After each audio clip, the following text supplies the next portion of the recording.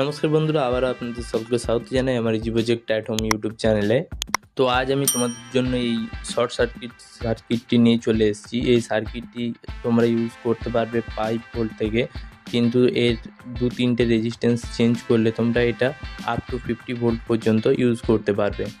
তো এই যে শর্ট সার্কিট প্রোটেকশন সার্কিটটি রয়েছে, এই সার্কিটটি তোমরা বানিয়ে বিভিন্ন লিথিয়াম ব্যাটারির আউটপুটে বা বিভিন্ন ব্যাটারির আউটপুটে তোমরা যদি ইউজ করো, এটি খুব ভালোভাবে প্রোটেকশন দেবে। তো সেটা তোমাদের আমি ভালোভাবে এই ভিডিওতে দেখিয়ে দেবো। আর বন্ধুরা, এই সার্কিটটিতে যে ট্রানজিস্টার দুটি ইউজ রয়েছে, এই ট্রানজিস্টার দুটি তোমরা বিভিন্ন চার্জার থেকে পেয়ে যাবে। সুতরাং এই সার্কিটটি সম্পূর্ণ তোমরা ফ্রি অফ কস্টেই বানাতে পারবে। কারণ কি, এই সার্কিটে থাকা সমস্ত রেজিস্ট্যান্স বা কম্পোনেন্টগুলি সমস্ত একদম কমন কম্পোনেন্ট, তোমরা সহজে এগুলি ম্যানেজ করতে পারবে। আর একটা কথা বন্ধুরা, প্রত্যেক ভিডিওর মতনই এই ভিডিওতেও আমি একটি সার্কিট ডায়াগ্রাম অবশ্যই দিয়ে দেবো তোমাদের সুবিধার জন্য। তো চলো বন্ধুরা, ভিডিওটি শুরু করা যাক। আর বন্ধুরা, অবশ্যই ভিডিওটি ভালো লাগলে একটা লাইক করে দিও। আর যদি কোনো প্রবলেম হয় অবশ্যই কমেন্ট করো, ভালো লাগলেও কমেন্ট করতে পারো। আর বিভিন্ন কলেজের প্রজেক্টের ক্ষেত্রে এই প্রজেক্টও তোমরা বানাতে পারো, সেই জন্য বন্ধুদের সঙ্গে ভিডিওটি শেয়ার করো। তো চলো ভিডিওটি শুরু করা যাক। তো আমরা দেখে নিচ্ছি এই সার্কিটটি বানানোর জন্য কী কী কম্পোনেন্ট প্রথমে প্রয়োজন রয়েছে। তো আমরা প্রথমে নিয়ে নিচ্ছি একটি 2222 ট্রানজিস্টার। এখানে তোমরা BC547ও ইউজ করতে পারো, এটি একটি এনপিএন ট্রানজিস্টার। এর পরেরটা একটি 557 ট্রানজিস্টার, এটি 558ও তোমরা ইউজ করতে পারো, এটি একটি পিএনপি ট্রানজিস্টার। তো এরপর প্রয়োজন হবে একটি 10K রেজিস্ট্যান্স, একটি 1K রেজিস্ট্যান্স, তিনটে 330 ওহমসের রেজিস্ট্যান্স। আর এই রেজিস্ট্যান্সগুলির মধ্যে 2-3টে রেজিস্ট্যান্স চেঞ্জ করলে তোমরা এটা আপ টু 50 ভোল্ট পর্যন্ত ইউজ করতে পারবে। সেই জন্য তোমরা কমেন্ট করো তোমরা কত ভোল্টেজের সার্কিট চাইছো, আমি রেজিস্ট্যান্সের অল্টারনেট রেজিস্ট্যান্স বলে দেবো। এরপর ইন্ডিকেটর হিসাবে ইউজ করার জন্য আমি এখানে দুটি এলইডি নিয়ে নিয়েছি, এই দুটি 5mm এর এলইডি। তো চলো বন্ধুরা, সার্কিটটি তৈরি করা যাক। তো প্রথমে আমরা 557 পিএনপি ট্রানজিস্টারটা নিয়ে নিয়েছি। তোমরা এখানে 558 একটি পিএনপি ট্রানজিস্টার সেটাও নিতে পারো। আর তোমরা ট্রানজিস্টার চেঞ্জ করলে সেখানে তোমরা বেস ইমিটার কালেক্টর পিনগুলো দেখে তারপর লাগিও।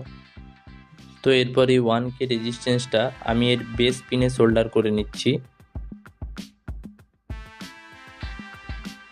এরপর এই 330 ওহম রেজিস্ট্যান্সটা আমি এর কালেক্টর পিনে সোল্ডার করে নিচ্ছি। তোমরা সার্কিট ডায়াগ্রামটা ভালোভাবে দেখবে, সেখানে সমস্ত কিছু বুঝতে পারবে, কোনটা বেস পিন, কোনটা ইমিটার, কোনটা কালেক্টর। এরপর আমি নিয়েছি 2222 ট্রানজিস্টারটি, এর বেস ইমিটার কালেক্টর পিনগুলো একটু উল্টো আছে। তোমরা এখানে যদি 547 ইউজ করো, BC547, তাহলে এটা তোমরা ওই রকমই সোজাসুজি লাগাতে পারবে। এই ট্রানজিস্টারের পিনগুলো উল্টো আছে বলে এটা আমি উল্টো করে লাগাবো। তোমরা সার্কিট ডায়াগ্রামটা দেখবে, তাহলে ঠিকভাবে বুঝতে পারবে। এই ট্রানজিস্টারের বেস পিনটা এই 330 ওহমসের সঙ্গে সোল্ডার করে দিচ্ছি এবং এর কালেক্টর পিনটা 1K সঙ্গে সোল্ডার করে নিচ্ছি।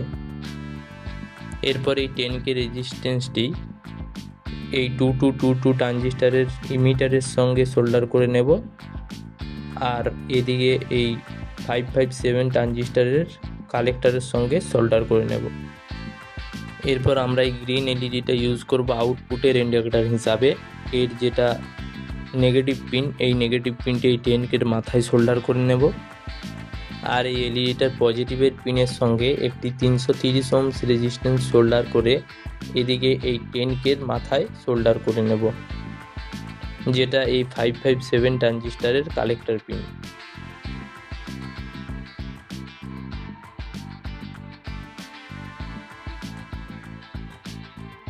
এই সার্কিটটা আমার প্রায় কমপ্লিট হয়ে গেছে। এরপর রেড এলইডিটা লাগাবো, এটা শর্টের ইন্ডিকেটর হিসাবে।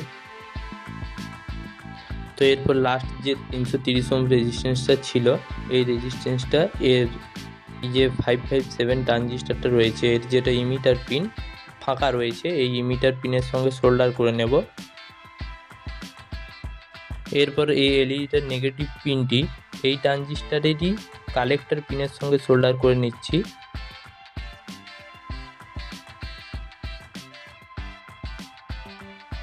আর এর যে পজিটিভ পিনটি, এটি এই রেজিস্ট্যান্সের ডোগায় সোল্ডার করে নিচ্ছি।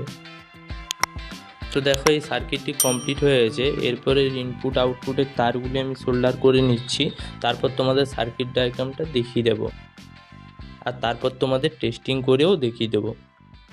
তো চলো তারগুলো সোল্ডার করে নেওয়া যাক। এই ছোট আমি একটি লাল তার নিয়েছি, এটি হচ্ছে এই সার্কিটটির মেন পজিটিভ ইনপুট টার্মিনাল। এটি এই 557 ট্রানজিস্টারটার ইমিটারের সঙ্গে সোল্ডার করে নেব। এই দুটো আমি যে ক্রোকোডাইল পিন নিয়েছি, একটি রেড এবং একটি ব্ল্যাক, এই দুটি ক্রোকোডাইল পিন আমি আউটপুট টার্মিনাল হিসাবে ইউজ করব। তো বন্ধুরা আমি সার্কিটটি বলে বলে এক্সপ্লেন করে সোল্ডার করছি, তো তার জন্য বন্ধুরা ভিডিওটি অবশ্যই একটা লাইক করে দাও, আর এরকমই ভালো ভালো ভিডিও পেতে অবশ্যই চ্যানেলটি সাবস্ক্রাইব করে রাখো। তো এরপর আউটপুটের এই পজিটিভ টার্মিনালটা আমি এই রেজিস্ট্যান্সের এখানটায় সোল্ডার করে নেব। এটি ওই 557 ট্রানজিস্টারেরই কালেক্টর পিন। তো এরপর এর যে আউটপুটের জন্য ব্ল্যাক টার্মিনালটা, এই ব্ল্যাক তারটি আমি এই 2222 ট্রানজিস্টারের ইমিটার পিনের সঙ্গে সোল্ডার করে নিচ্ছি। এই পিনটাই এর ইনপুট পিন এবং আউটপুট পিন, এটাতে ইনপুট এবং আউটপুটের কমন নেগেটিভ। তো বন্ধুরা দেখো সার্কিটে একদম ফুল কমপ্লিট হয়ে গেছে। তো এই সার্কিটটিতে যে এই দুটি ক্রোকোডাইল পিন রয়েছে, একটি রেড এবং একটি ব্ল্যাক, এগুলি হচ্ছে এর আউটপুট টার্মিনাল। রেডটা পজিটিভ এবং ব্ল্যাকটা নেগেটিভ, এবং এর ওপরে যে ছোট্ট রেড তারটি রয়েছে এটি হচ্ছে এর পজিটিভের ইনপুট টার্মিনাল, এবং এই সার্কিটটির যে ব্ল্যাক তারটি আউটপুটের যেটি রয়েছে ক্রোকোডাইল পিন, সেটাই হচ্ছে এর নেগেটিভের ইনপুট টার্মিনাল। তো চলো তোমরা সার্কিট ডায়াগ্রামটা একবার দেখে নাও। তো এই যে সার্কিট ডায়াগ্রামটা রয়েছে, এখানে যে ট্রানজিস্টারগুলো উপরে দেওয়া রয়েছে BC547 এবং 558, তো এই দুটো ট্রানজিস্টার দিয়েও তোমরা বানাতে পারবে, শুধু এর বেস ইমিটার কালেক্টর পিনগুলো ঠিক করে লাগিও। তো আর একটা কথা বন্ধুরা, এই ইউটিউব চ্যানেলের ডেসক্রিপশনে এবং এই ভিডিওটির ডেসক্রিপশনে একটি ফেসবুক পেজের লিঙ্ক রয়েছে, সেই ফেসবুক পেজটি তোমরা ফলো করে রাখো, কারণ এই ইউটিউব চ্যানেলের সমস্ত ভিডিও হিন্দি ল্যাঙ্গুয়েজে ওই ফেসবুক পেজটিতে পাওয়া যাবে। এমনকি এই ভিডিওটাও ওই ফেসবুক পেজে খুব শীঘ্রই আসতে চলেছে, সেই জন্য ওই ফেসবুক পেজটি অবশ্যই ফলো করে রাখো। আর আমি এই ভিডিওটা ইউটিউবে আপলোড করার পর 1-2 দিনের মধ্যেই আমি এই ভিডিওটা হিন্দিতে ওই ফেসবুক পেজে আমি আপলোড করে দেব। তো বন্ধুরা ভিডিওটি অবশ্যই একটা লাইক করে দাও। তো চলো এই সার্কিটটি টেস্টিং করা যাক।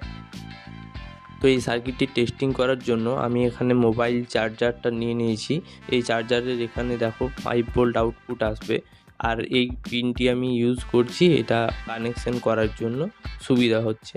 এবং এখানে যে রেড এলইডিটা জ্বলছে, এই রেড এলইডিটা এর পাওয়ার ইন্ডিকেটর ধরতে পারো, যে সোর্সটা 5 ভোল্ট আসছে তার যদি এই শর্ট সার্কিট প্রোটেকশন সার্কিটটি না কাজ করে, তাহলে এইখানে যে রেড এলইডিটা জ্বলছে এটা বন্ধ হয়ে যাবে।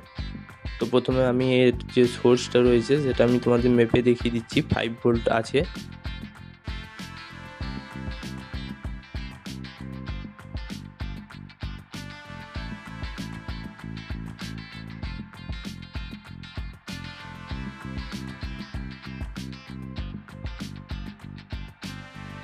তো এর ইনপুট ভোল্টেজ তো দেখতেই পেলে কত আসছে, এর আউটপুট ভোল্টেজটা বন্ধ হচ্ছে কিনা বা কখন চালু হচ্ছে সেটা যাতে তোমরা দেখতে পাও, সেই জন্য আমি মাল্টিমিটারটা এর আউটপুট ক্রোকোডাইল পিনগুলোর সঙ্গে কানেকশন করে নিচ্ছি। তো এরপরে চার্জার থেকে যে 5 ভোল্ট আসছে সেটা তোমরা ব্যাটারি সোর্স ধরতে পারো। তো এই সার্কিটে যেহেতু এই নেগেটিভটা কমন, সেই জন্য আমি নেগেটিভে এই মাইনাস তারটা লাগিয়ে দিচ্ছি, এবং এই প্লাস তারটি এই ওপরে ছোট্ট রেড তারটিতে লাগিয়ে দিচ্ছি। তো দেখো এখানে সবুজ লাইটটা গ্লো করছে, এবং মাল্টিমিটারও তোমরা দেখতে পাচ্ছ এখানে ভোল্টেজ শো করছে, মানে আউটপুট ভোল্টেজ বেরোচ্ছে। তো এরপর দেখো এই অবস্থাতে আমি এর যে আউটপুটের যে দুটো টার্মিনাল ক্রোকোডাইল পিন, এই দুটো শর্ট করছি। শর্ট করতে রেড লাইটটা গ্লো করছে, এবং মিটারের দিকে দেখো এর আউটপুট ভোল্টেজ 0 হয়ে যাচ্ছে। এখানে ক্রোকোডাইল পিনগুলোতে জং ধরে থাকার জন্য মাঝে মাঝে ডিসকানেক্ট হচ্ছে। তো আমি ভালোভাবে হাতে নিয়ে তোমাদের আবার দেখিয়ে দিচ্ছি, দেখো।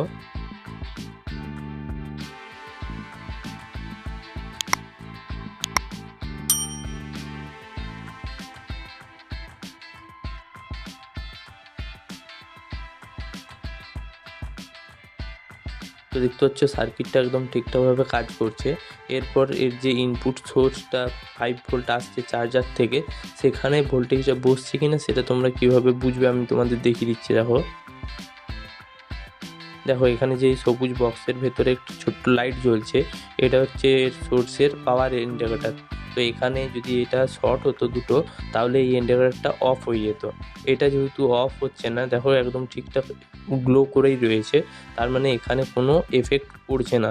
এই সার্কিটটা এর যে ইনপুট পয়েন্ট সেখানে কোনো শর্ট দেখাচ্ছে না, এখানে সার্কিটটা ঠিকঠাকভাবে কাজ করছে, যার জন্য এর ইনপুট টার্মিনাল দুটি একদম ঠিকঠাক ওপেনই রয়েছে, শর্ট হচ্ছে না।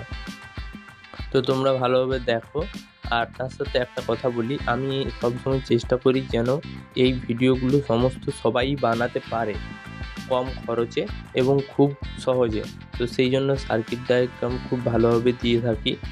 আর সার্কিটে কিছু রেয়ার কম্পোনেন্ট থাকলে সেগুলোর বদলে যদি কোনো কমন কম্পোনেন্ট ইউজ করে সার্কিটটা বানানো যায়, আমি সেই চেষ্টা করি।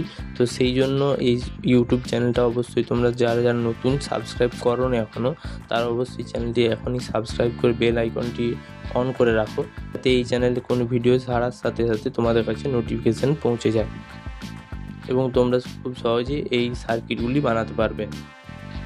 তো চলো বন্ধুরা, ভিডিওটি ভালো লাগলে লাইক করো, বন্ধুদের সঙ্গে শেয়ার করো, আর কমেন্ট তো তোমরা যখন খুশি করতেই পারো। ভিডিওটি কেমন হয়েছে জানিও। টাটা, দেখা হচ্ছে পরের ভিডিওতে।